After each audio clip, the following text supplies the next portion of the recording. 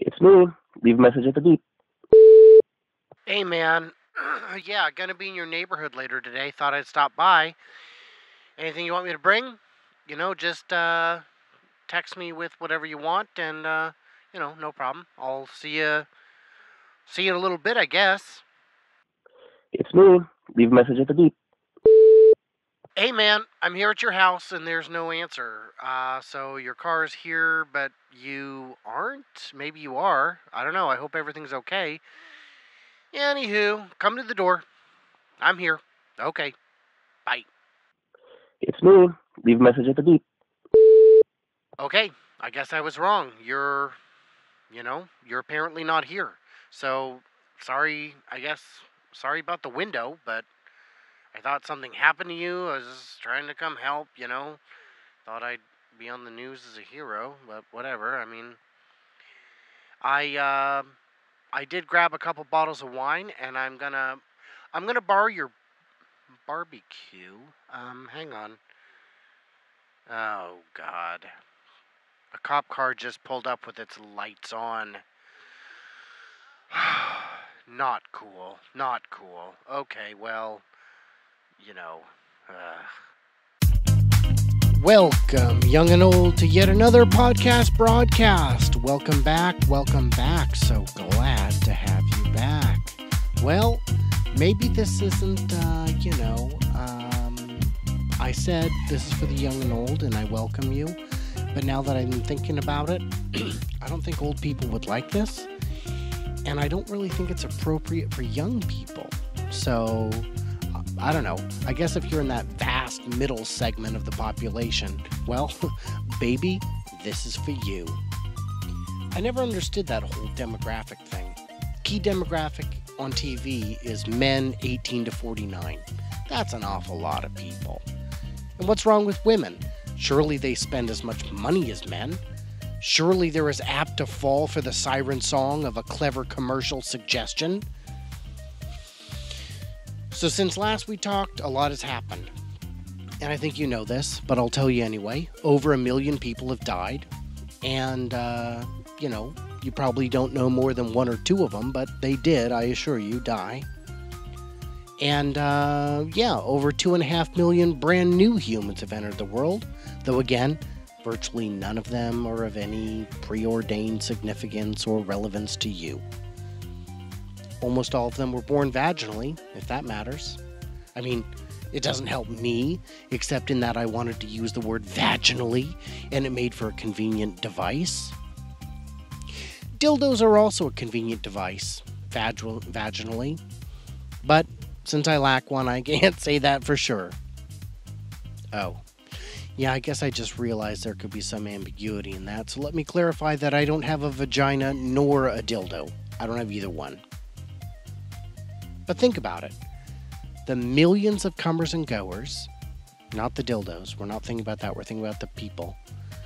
I mean, I guess you can think about whatever you want, and since you're already lips deep in dildo dreams, you probably can't hear my voice anymore, never mind, I'm just gonna move on. Virtually none of those millions mean anything to you. Though they have had or will have interesting lives, in their lives they might be public self-sharders, rock stars, common criminals, police officers, or even more commonly, common criminal police officers. Yeah, chip on my shoulder. But there's so much to get to.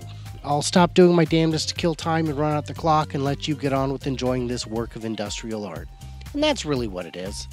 I'm manufacturing it, complete with all the trims and grommets. I think it needs to be presentable. I can call it art only in the same way you can call a bridge art.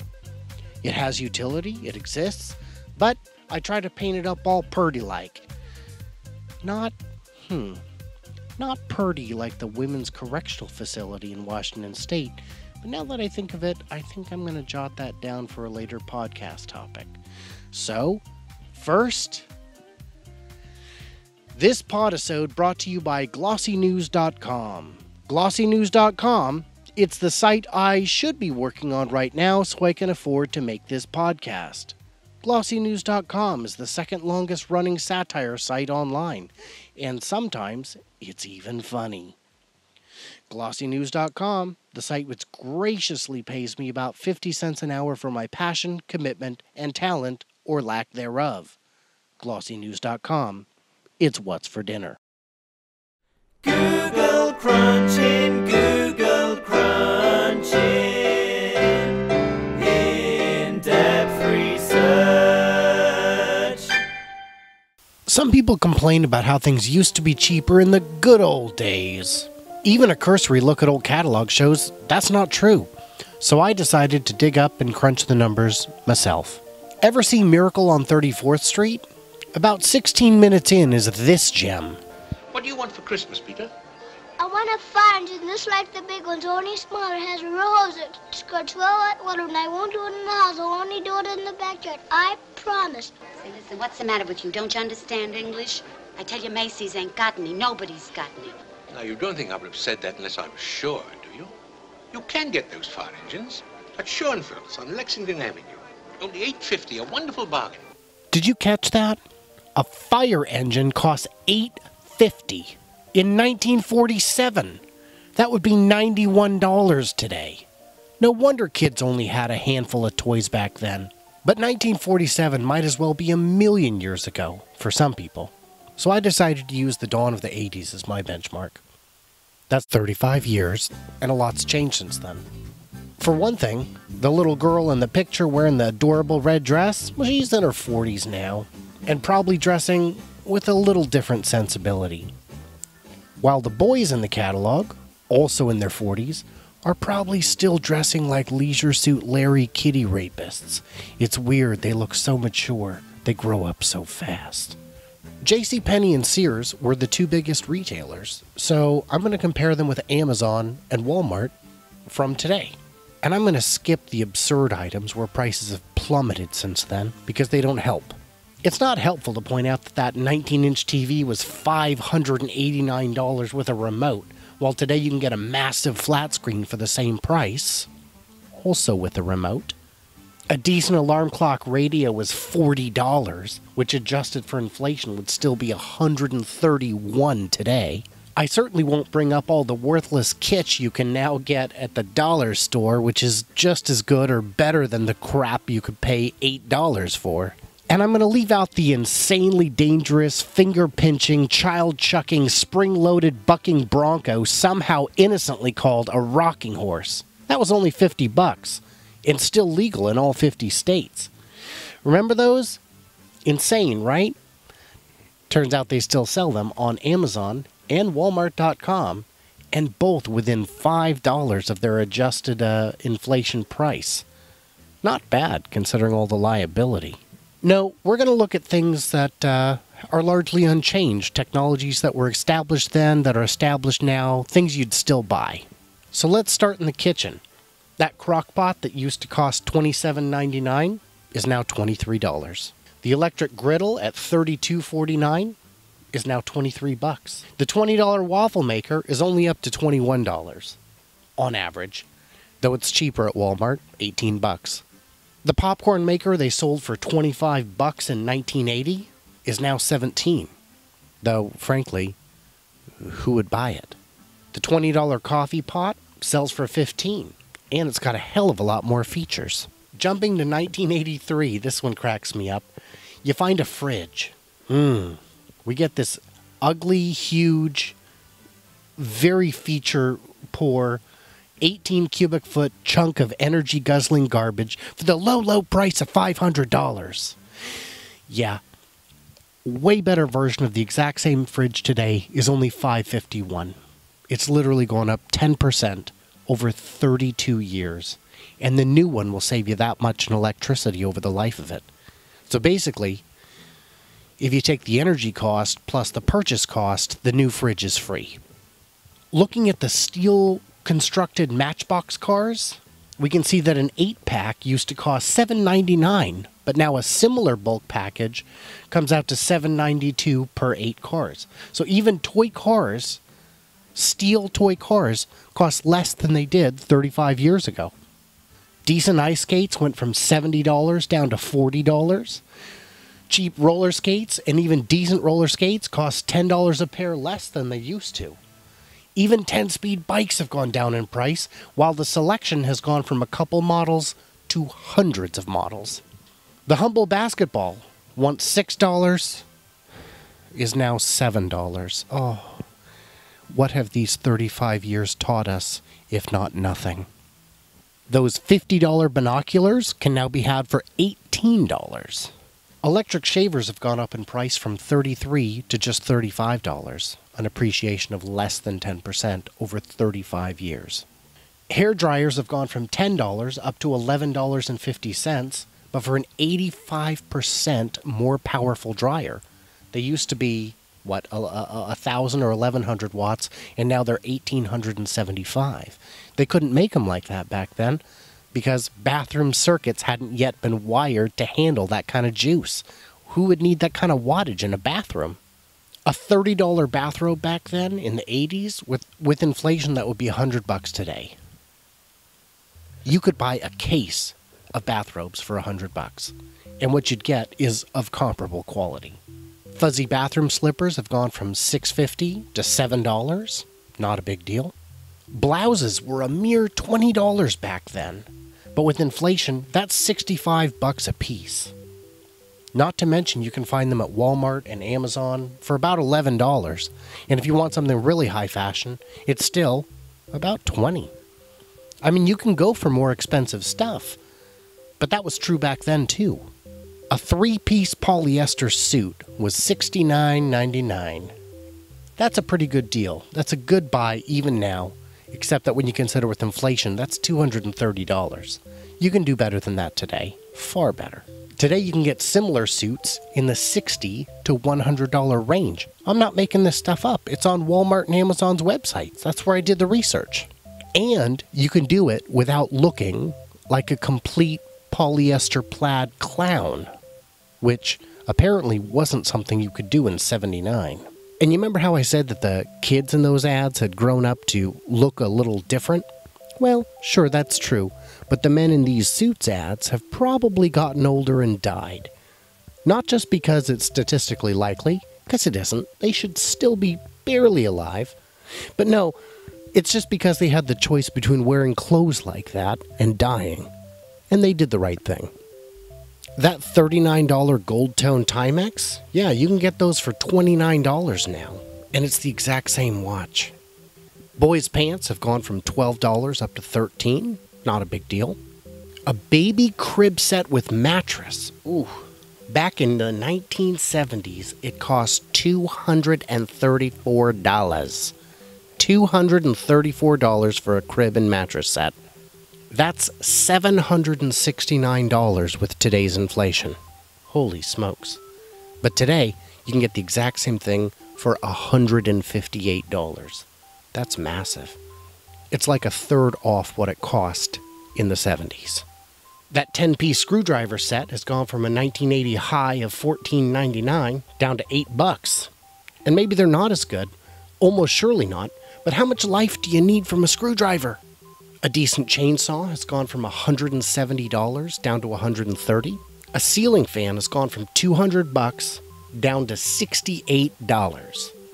Though in fairness, the new models likely don't include the swag chain.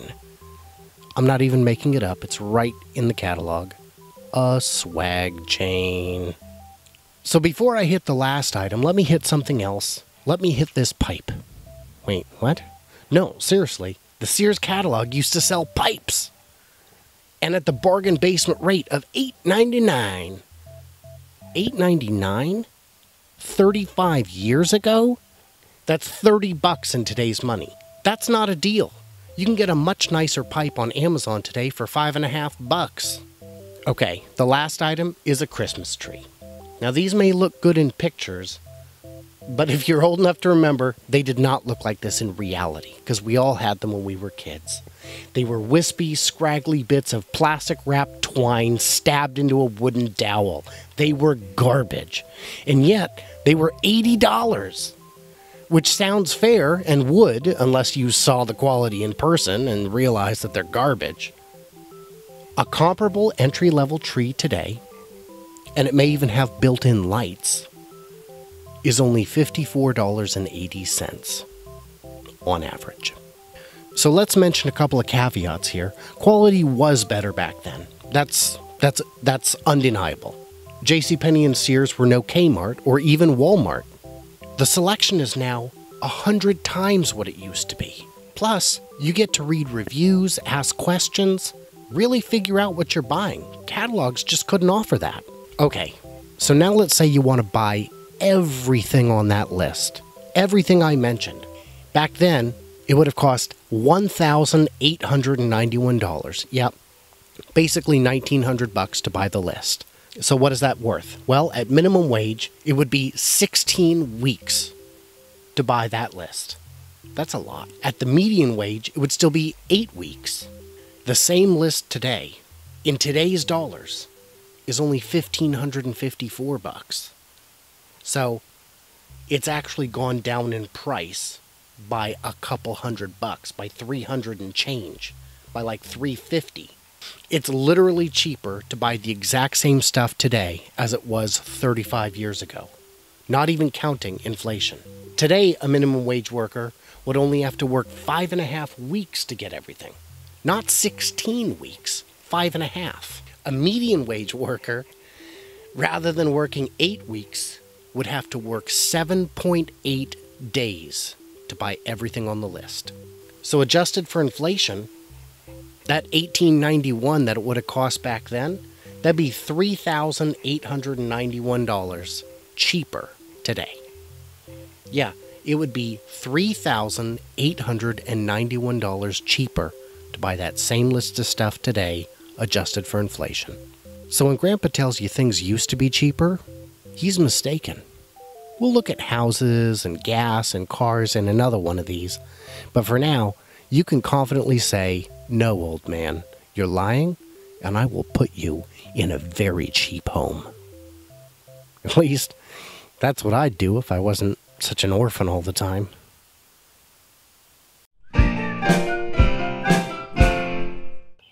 So I should mention my awesome segment jingles. They're my little intros and jingles, and you just heard one just a second ago, and you'll hear one at the end of this segment. That one will be about jokes, but I'm getting ahead of myself. The segment jingles are written and performed by Greg the Hero, which, according to him, is a guy, and according to the internet, is a band, so I don't know.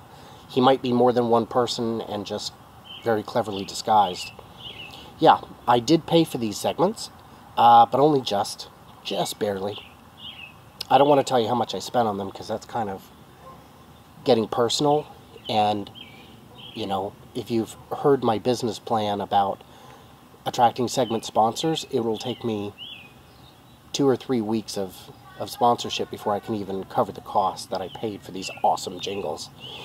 But basically, I paid him something like $1,800 an hour, which is great, because I only bought 3 to 5 seconds at a time, and some of the ones over 5 seconds, he just charged me the 3-second rate, so that was pretty tight. I paid another guy for a couple, but they were incredibly awful. Like, beyond awful. Like, world-class awful. Like, he was aspiring to new heights of awful. Like, I should let this joke go. Fine. The fidelity was bad. There was no music to him. It was just him talking into, I assume, his laptop microphone. But I put a bounty out on the jingles. He was the first to respond. I had to pay him in order to get my credibility up to get somebody better. But since I spent money on him, why don't we have a listen? And now, breaking news. Yeah, you see, that's just awful. There's no reason for that to suck so mad. Okay, what else we got? Next? Health news, you sick bastard. Ugh, just awful. Terrible. I cut him loose. Segment jingles, baby. Jingles all the way. On the first date. Which is, if you're going to date a jingle, she really has to go all the way. It's just common courtesy. It's just that It's just how that cruel mistress rolls. Downhill. Okay, this has turned into free word association, I think. It's going somewhere. I promise. It is. Downhill in a hurry.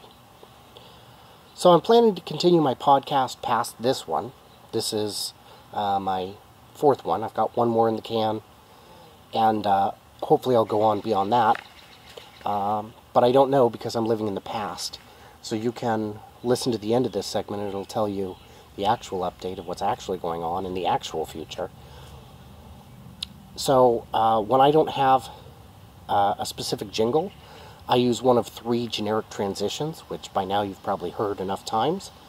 So if you want to make some jingles for me for less common segments, or if you think you can do better than the ones I've had, head over to the fan subreddit, check it out. The fan subreddit is at reddit.com/r/Glossy podcast. Yeah, it's, that was a good hit on the sound there. Yeah, check the sidebar, see if I need any help. And while you're there, chat with me and all my fans, which is probably, just you and me at this point. Ain't it awesome having that kind of access to a celebrity of my caliber? Oh, your friends are going to be so jelly. Think how elite you'll be. Just you and me hanging out, discussing nothing. Can't go wrong. Well, I mean, you can go wrong, but I have faith in you.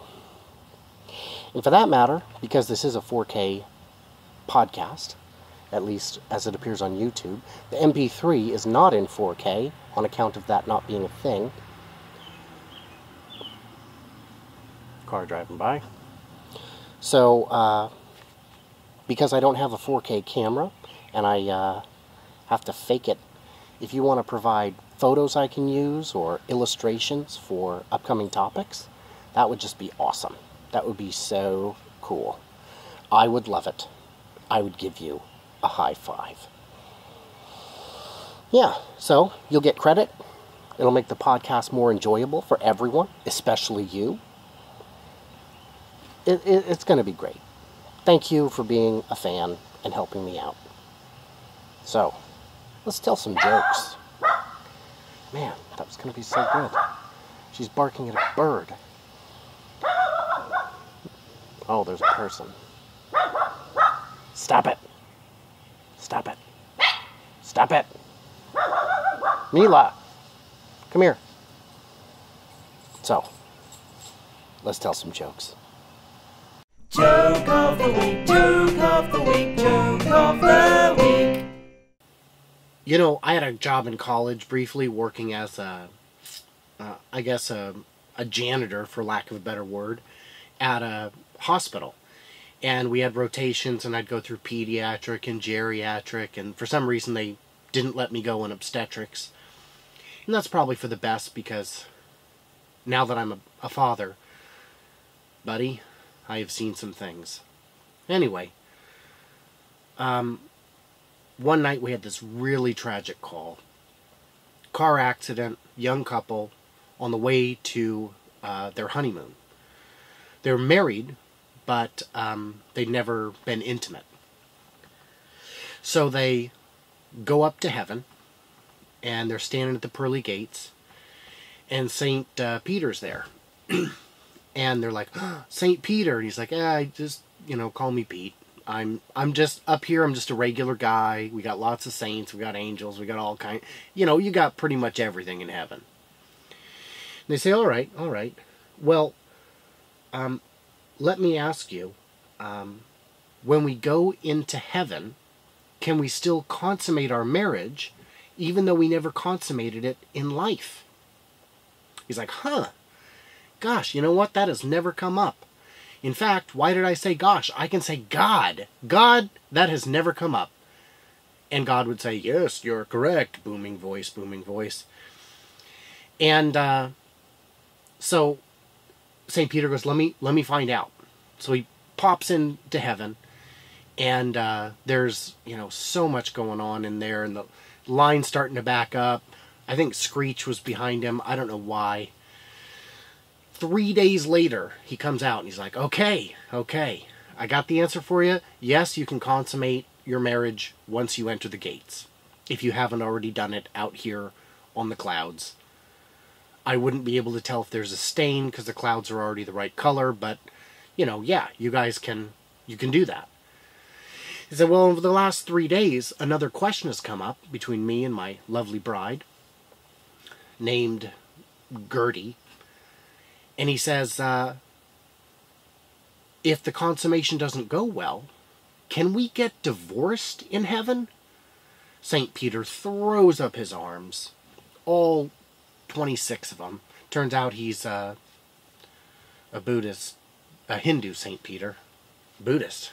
Multi-armed Buddhist. That would be something to see. Anyway, no, he's a Hindu, and he's got all the arms.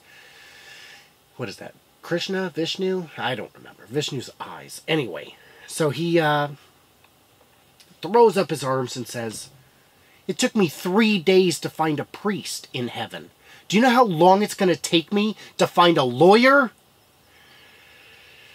And at just that point, I was cleaning up down in the morgue, and boom, he wakes up, and he is rambling about this story that he has to tell me, because this is a true story, remember? He wakes up, he starts telling me the story, and he's like, oh, and then there was St. Peter, and he was saying this. And I'm just like trying to wrap my head around it, because he doesn't have any organs at this point. We've already donated them to one guy with cirrhosis, another guy was a chain smoker. I mean, all of his organs have been given to the sinful. I think they donated his penis to, I want to say Screech, but I know that's not right.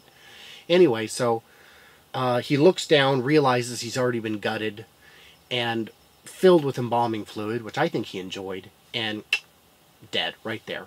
So nobody actually heard the story but me, so you'll have to take my word for it. This is, in fact, a true story. Hot streams for your face. Hot streams for your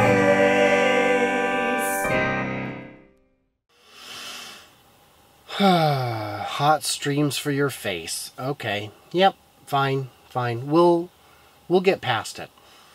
Boy, this week, as I've said in previous podcasts, I'm monkeying around with the microphone, and what I'm doing here is just shooting it on video, since the YouTube version of this podcast is in glorious 4K. So this video fills a tiny corner of it, and badly at that. So, anyway, this week's segment, we're doing Children's Hospital, which has started as a webisode in 2008, moved to TV in 2009-10ish, and it's still running to present, and we're in 2015. It's got new episodes running within the last month or two. So the storyline centers on the staff of Children's Hospital, and that's Children's without an apostrophe, because it's actually named after the founder, Arthur Children's. The hospital sporadically and without reason is conspicuously mentioned to be in Brazil, which, as we all know, is where we are right now. Even though it's obviously shot in LA. Parts of it were even shot in the seasons 1 and 2, or 2 and 3 were shot. No, 1 and 2 were shot in the hospital where they did Scrubs, which has been in a lot of movies. Let's see. So Rob Corddry created the show, and he plays the scary clown. He's got on creepy makeup, and his scrubs are covered in blood. And basically the idea is that laughter is the best medicine. Though throughout the series you can watch him kill tons of people by withholding legit medicine and sticking with laughter. And part of the problem might be that his jokes are terrible as a scary clown. Dr. Blake Downs, which they named a syndrome after, the Blake syndrome, I think it's called. I don't remember. Something about chromosome 13. Anyway, yeah, he kills a lot of people and with bad medicine and bad jokes.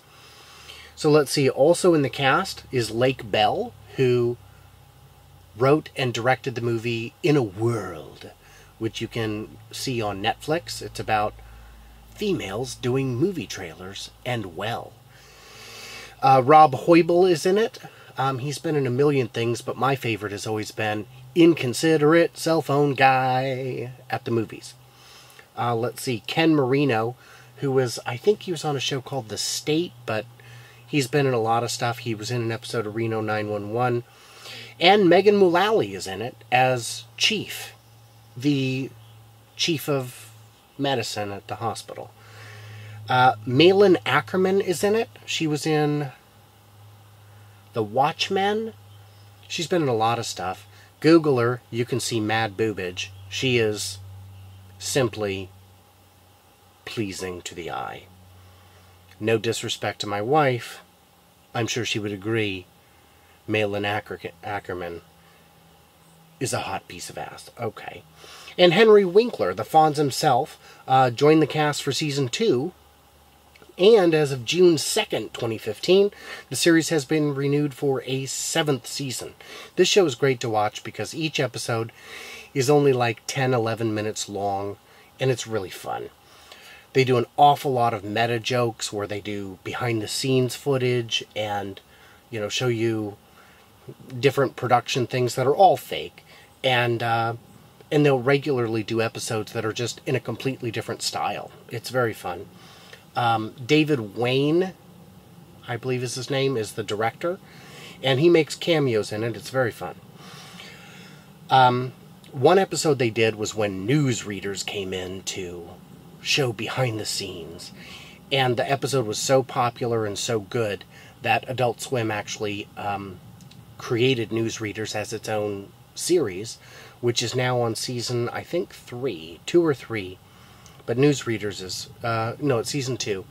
Also has Alan Tudyk in it, which I mentioned from a previous podcast. Awfully funny. Also has Camille Nanjiani, who I mentioned in another podcast, in the Hot Streams for Your Face. Anyway, it's just awesome. So, this is available. You can watch it on Adult Swim, and you can also download it anywhere internet is in existence. So that's it for this week's Hot Streams for Your Face. I don't know. Maybe the name's growing on me. Can't tell yet. Chitty chitty chatting with a pro. A big welcome this morning to Dan Geddes, founding editor of The Satirist, online at thesatirist.com. Good morning, Dan. How are you? I'm doing great. How are you doing, Brian? Oh, man, it's too early for me, but I am feeling all right, thank you. All right. So, jumping right in, I understand you've had some pretty exciting times when you've been mistaken for real news? Yeah, it's happened before, or more accurately, I have written, for example, a piece about a psychologist who didn't exist, but a UK documentary film company wanted to do a documentary about her. Well, that's one. And I wrote a review of Disney's 1984 and the Book of Revelations, and a Sunday school teacher wanted to teach it in her Sunday school. Sometimes fiction is stranger than fact, it seems. Absolutely. So, the tagline is, The Satirist, America's most critical journal since 1999. Who was more critical prior to 1999? Oh, hopefully your site, Glossy News, but that's actually just when The Satirist was started. So I don't know who was most critical. The Nation, Mad Magazine, The Onion, I don't know. Sure. What's the Harvard one? National Lampoon. National Lampoon. It might have been them. They were really funny. I loved their radio show in the 70s. We've only been around since, Glossy News has only been around since 2002, so it definitely wasn't us. Okay. So what do you think the role of satire is today? Well, I think it has a similar role that it's always had. I mean, for me, satire is differentiated from just making fun of stuff because it should have a moral purpose. You know, it's not just making fun of stupid celebrities, in my opinion. You should have a moral perspective. You should be tearing down hypocrisy, greed, pretension, injustice, things like that. So the role's similar, but what's changed, I think, is the internet. and the internationalization of satire. Sure. And why do you think it's so hard to make any damn money in satire? Well, I think satire can be a bit of an elitist thing. You know, a lot of people don't get satire. I mean, you think about Hollywood movies and how many successful Hollywood movies have been satires. I mean, there's a handful, but the ones that play it straight, people don't even get, you know. So it's a little bit aiming for a highbrow audience, I think, the best satire, because it can be quite dry. One example of a great satire that didn't do well is Cradle Will Rock. Have you seen that? No, I didn't even know that was a satire, but I'm dying to see it. I know the storyline, right? It's about the Orson Welles play in the 30s. It's set in the WPA days, and there's all these bizarre make-work projects. Jack Black and Kyle Gass are in it before they were known as Tenacious D, really. It's really clever, and I know people who did not know it was a satire at the time, though in retrospect I'm sure they would say that's not true. And if you hear any jingle jangling in the background, that is my dogs giving their weekly contribution to the podcast. Oh, that's great. They're adding a lot of value. Maybe their dogs can talk to our dogs here. I think that would be of tremendous use. And if it doesn't work out, we could call it satire.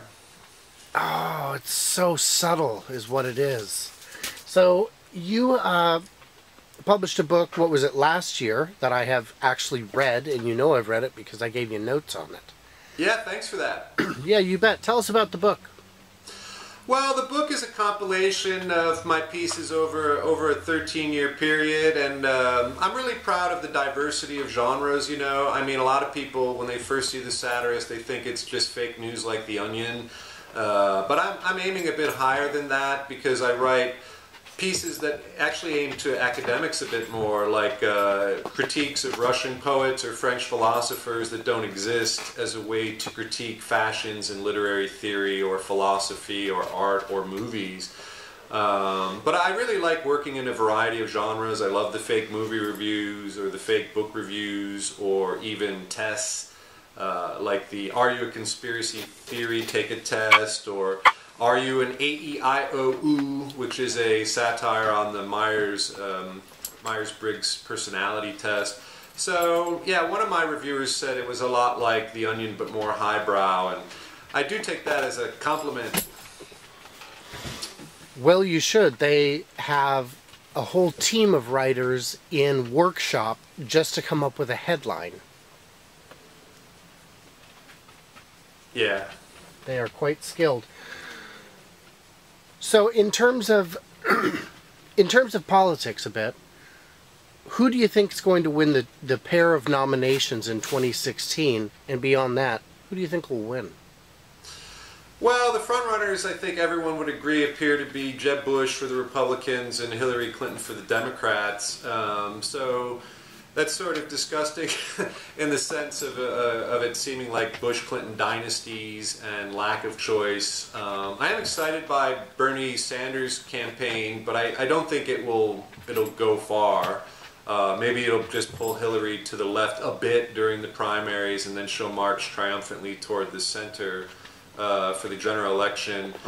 I'm not sure who'll win, but if I had to pick, I would pick Jeb Bush, just because I don't know. I think the Bush crime family is the more powerful than the Clinton crime family. I think Bernie Sanders is going to definitely make some waves.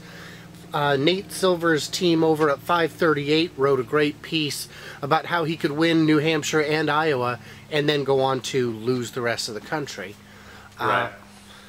Bernie has a message that certainly is resonating with enough people to draw in crowds, but he is still not what you would consider a mainstream candidate. No, not at all. I mean, he's basically a democratic socialist, so in Europe he would seem totally normal, but here he seems like a wacko. But right. I think he's authentic, and that's the thing the other candidates can't buy. So you see him draw crowds of 10,000, and I don't think any of the other candidates draw crowds like that, because people are actually turned on by the authenticity. It's sort of similar to the Ron Paul campaign. 4 years ago or 3 years ago when he drew enormous crowds, but he didn't get any traction in the media or anywhere else, you know. So he has enthusiasm, but not mainstream support. And I think that's true of Bernie Sanders as well. And I think they'll find something on him, you know, something to use against him. Maybe not personally, because he seems to be a man of integrity, but for example, he was sort of defending the gun manufacturers, and that might alienate people in his liberal base. Indeed. Indeed. The Ron Paul thing, I actually took 2 of my kids to a Ron Paul event 4 years ago. And it wasn't because I support Ron Paul, it's because I was there for the show. And Ron Paul supporters seem very fanatical, to put it lightly. And yeah. And while it's important to have an energized base, it's also important to have a popular message. And the Pauls have messages that are... If we're saying Bernie Sanders is not mainstream, these guys are off the charts.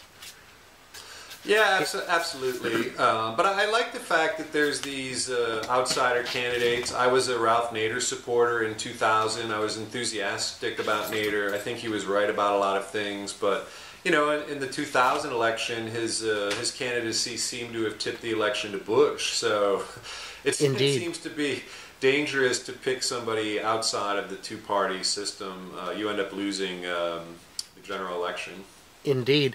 The first vote I ever cast was in '92 for Ross Perot. Right. And he was another one, and if he hadn't dropped out a couple of times, he might have actually won. You know, a lot of people thought so. Yeah. Yeah. So let's have a little plug party here. We've got you've got your stand-up comedy, which I'm going to go ahead and provide a link to in the description. Great. And I will also provide a link for your book. Where do you want me to link that to? Yeah, to the Amazon page would be great. I could send you a specific link. Sure. And that sounds exciting. So, in terms of satire moving forward, what do you see happening? Well, I think with the internet we're going to see a lot more sort of micro-satire. I don't know that people have the attention spans to read long novels of satire anymore, like David Foster Wallace or whatever. I mean, some people do. But I think with the internet and so many people making their own videos and making their own little bits, I think there'll be a lot more micro-satire. But I think the thing that's changed is the international aspect, because I was reading a quote from... I forget which literary critic, but he was talking about how satire was originally intended to be aimed within your own country, like within the Roman Empire or within the Great Britain of the time of Swift. And the fact that now you can post something and offend people all over the world instantaneously is a game changer, because it's supposed to move the debate within a sort of core set of values or shared set of values. And what is that shared set of values in a global society? It's not clear. So I think there'll be a lot of grayness or uncertainty and fear about it. And also political correctness is a big sort of enemy of satire. I consider myself a liberal and a progressive, and I live in Amsterdam, so my take on progressivism is maybe much different than people who still live in the States. But I see political correctness as being, you know, sort of the enemy of free speech in too many cases. I pick free speech over political correctness every day if I have the choice.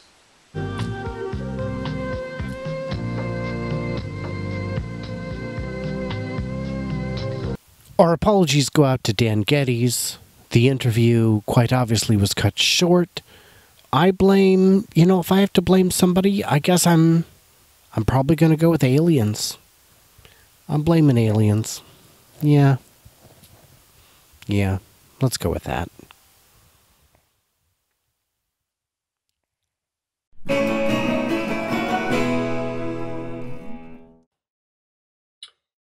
So earlier in the podcast, I complained about 2 music segments, intro bumps they just weren't very good. And I've received a lot of complaints from the future telling me I was unfair. And I can see that. I can. it's, I didn't, the bounty said, I want them dead or alive. I want them with or without music, because I didn't know if I was going to get any interest. And that wasn't fair, so fair enough. I'm going to be fair. So, I'm going to go through and clean them up, and I'll take out the hiss, the noise. I'll add some free music I can get that I can put on it, and we'll see how it goes. And you can be the judge of it, so take a listen. Here goes the first one.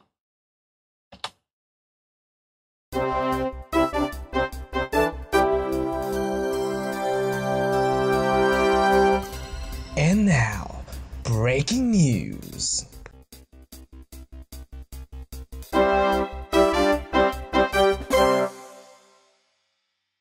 Yeah, so I could probably make that one shorter. I could probably cut off the end, but the ending is really nice. That does sound a lot better. So let's do, let's go ahead and do health news too. This one should be okay.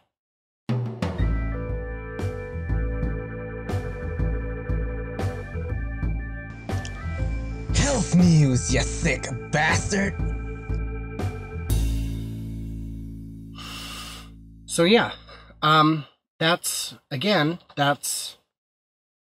exactly what I asked for. I asked for words.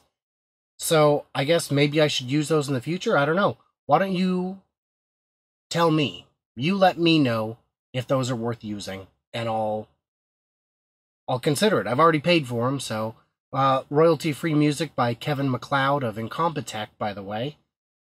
He insists that you say that. And he makes great music and he's a great guy. So let me know what you think, and who knows? Maybe those will stick around. Technology. So hell yeah, let's talk about some technology. Big question I've always wondered is how things will change from the past to the future.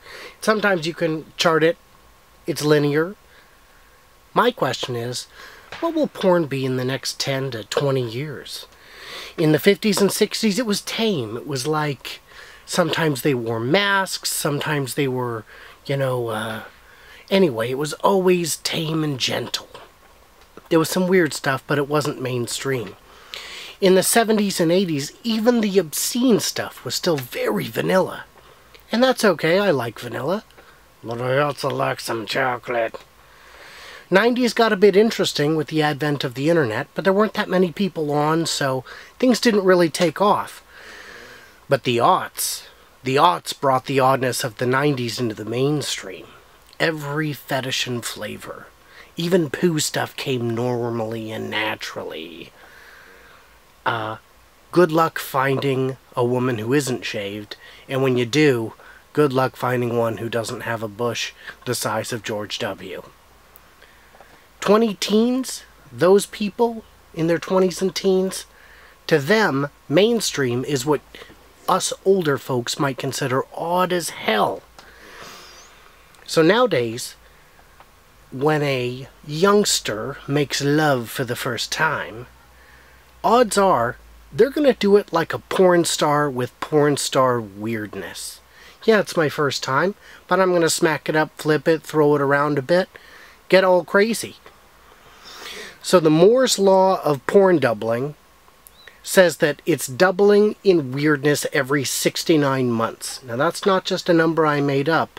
It's one I slowly came up with for comedic effect. So what will the future bring? I don't know, you don't know, nobody knows, but I have some guesses and I'd like to share them with you now. And if this segment goes well, I'd like to do more of these segments in the future, because this thought exercise has actually been really fun and rewarding for me.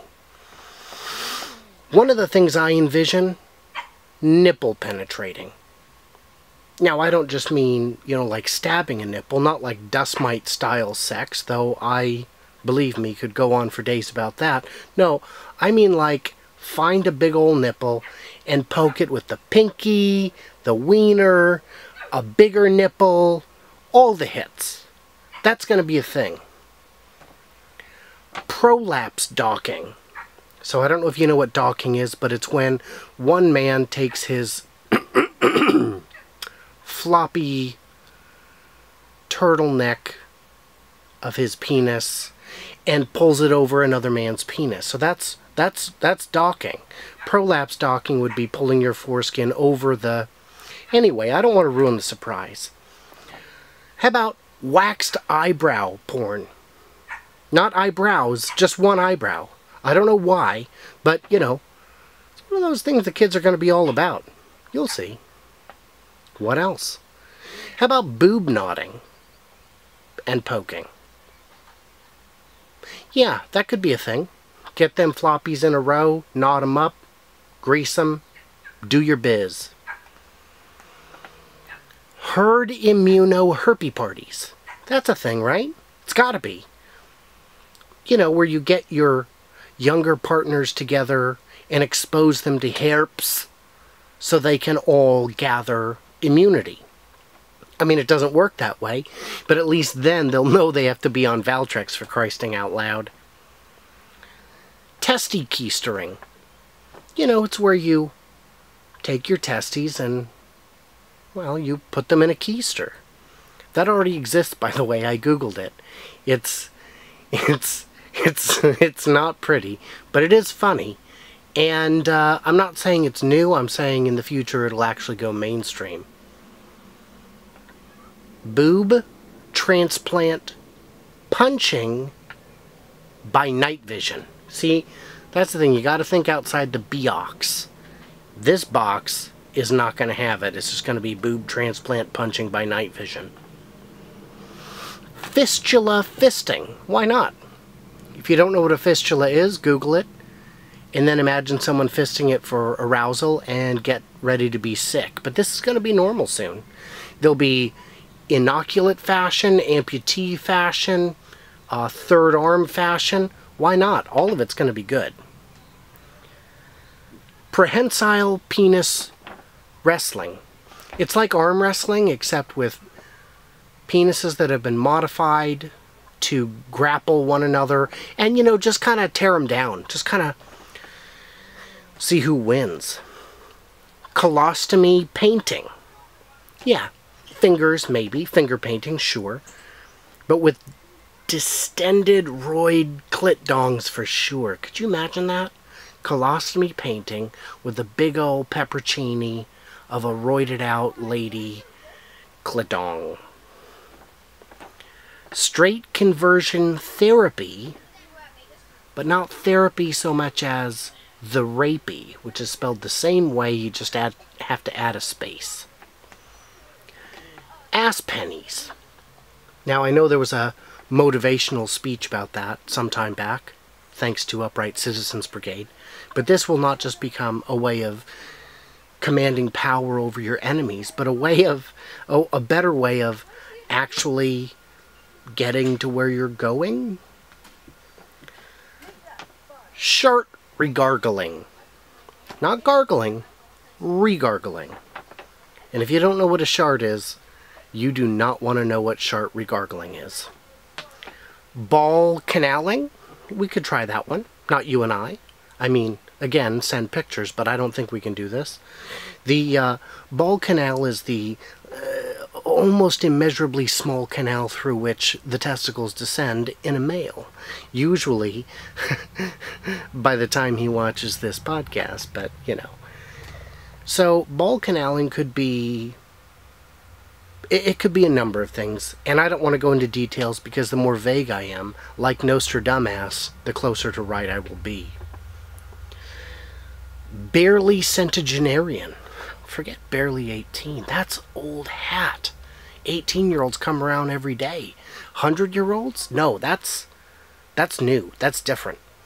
So with the barely centenarians, we're talking women in their hundreds, 101s, and it's risque because, first of all, it's so hard to look at, but also because of the very real risk of breaking a hip or having a complete cerebral failure mid-coitus.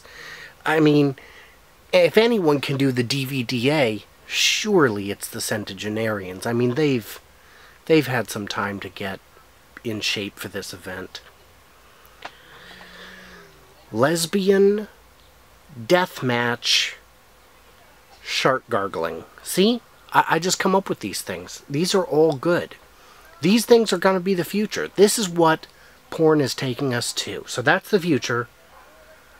Mock my words. These things will all come to pass. That's it for technology. Stay tuned for the next segment, which is about blah, blah, blah. I'm probably not even going to fix that in post. God damn, it's hot in here. All right, that's it.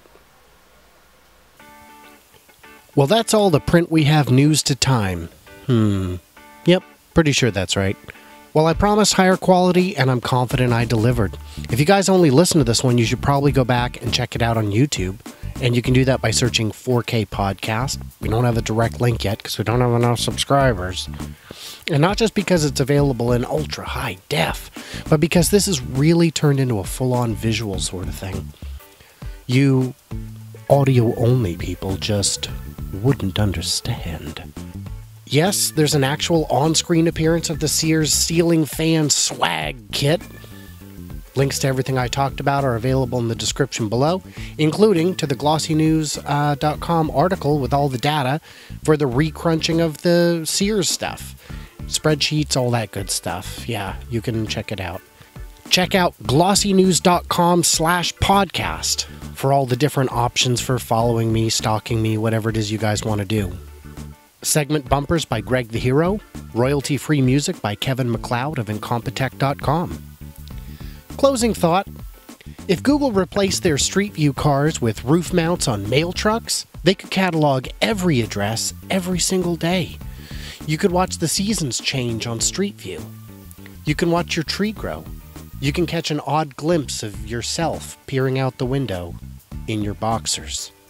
This could humanize any politician, create whole new industries of collecting and sharing the crazy images that would emerge. It would invade your privacy, but virtually everyone would be in the same boat. Remember, if everyone's privacy is violated, no one's is. That's according to the NSA, I'm pretty sure. This would require vast, almost unimaginable amounts of server space, but I'm sure the NSA would actually be willing to take care of that too. You know, that should put your mind at ease. So that's it. Until next week, my friends. Talk to you soon.